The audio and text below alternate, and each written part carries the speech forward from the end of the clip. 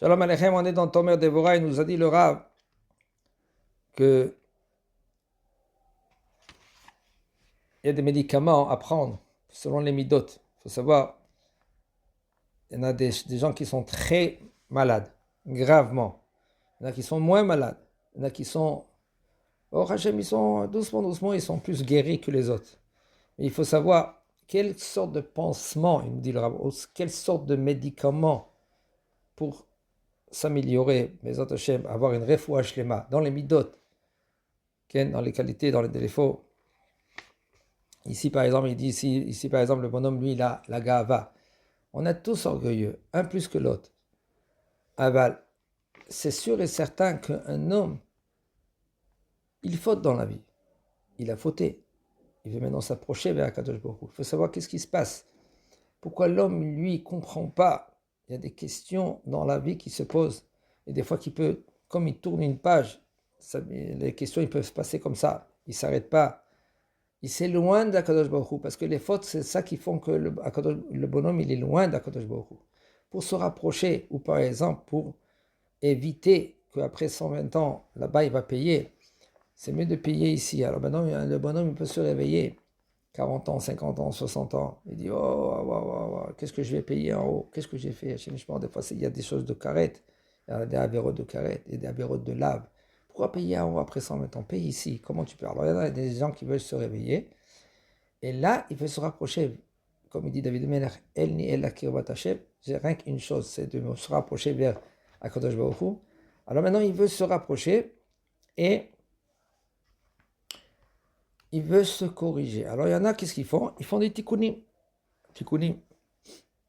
Ils veulent se réparer. Ils jeûnent. Ou il y en a même qui se tapent. Ils vont très très loin dans la neige.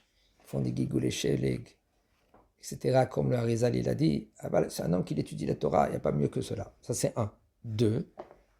Regardez. De s'améliorer dans la Torah. Deux. C'est d'accepter les épreuves.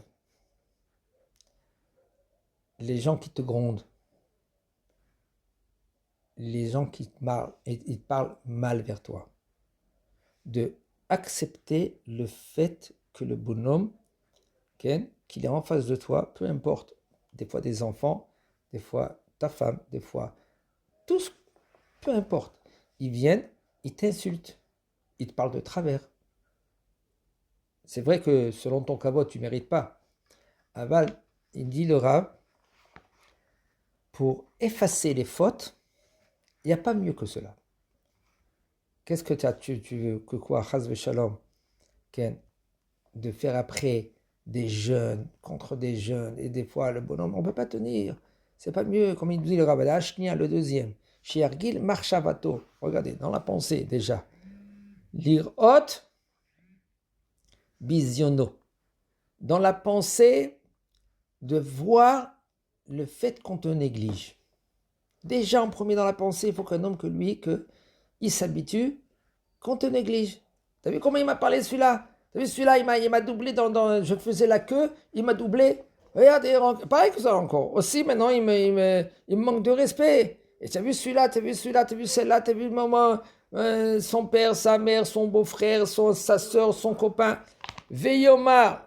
Et il se dit, maintenant comment il va commencer à se parler? Comment il va essayer de se parler pour essayer de... Ça peut être difficile, parce que pourquoi? Parce que lui maintenant il ne mérite pas ça.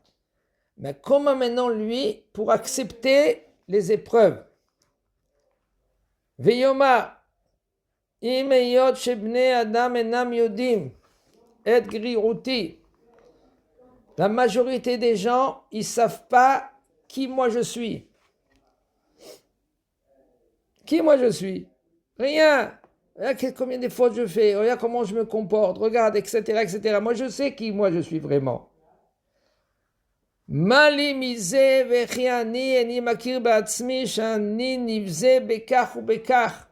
Et moi, c'est sûr et certain que moi, je me connais, que moi, je ne mérite pas tout ce que Kadosh Baruch Hu me donne. Et que moi, je suis vraiment... Qui moi je suis? Je ne vaux rien.